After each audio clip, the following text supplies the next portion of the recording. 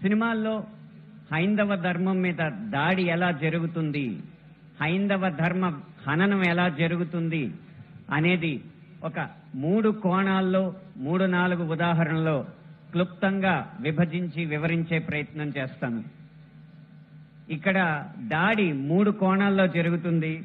అందులో ఒకటి కావ్యేతిహాస పురాణాలని వక్రీకరించడం, 2 తెర మీద కనిపించే పాత్రల్లో వినిపించే పాటల్లో హైందవ ధర్మాన్ని దుర్వినియోగం చేయడం, 3 తెర వెనక మా ముందు అన్యమతస్థుల ప్రవర్తన.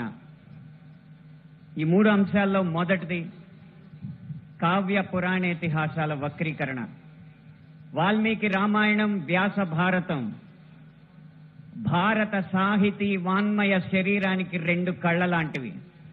కానీ అదే వ్యాస భారతాన్ని, అదే వాల్మీకి రామాయణాన్ని వినోదం కోసం వక్రీకరించిన సందర్భాలు కోకొల్లలు. గత కొన్ని సంవత్సరాల ముందు వచ్చిన చిత్రాల నుంచి నిన్న మొన్న విడుదలైన కల్కి చిత్రం వరకు కూడా కర్ణుడికి పాత్రకి అనవసరంగా ఆపాదించిన గొప్పతనాన్ని చూసి ఒక సినిమా రంగానికి చెందిన వ్యక్తిగా నేను సిగ్గుపడుతున్నాను, నిర్మోహమాటంగా చెప్తున్నాను. అది కూడా ఈ కృష్ణా జిల్లా గడ్డ మీదే నిలబడి చెప్తున్నాను.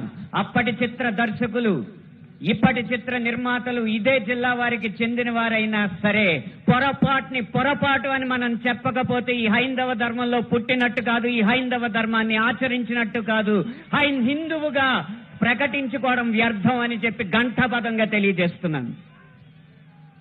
ఇప్పుడే ఈ సభలో, ఈ గొప్ప సభలో సత్యవాణి గారిని, అభినవ ద్రౌపది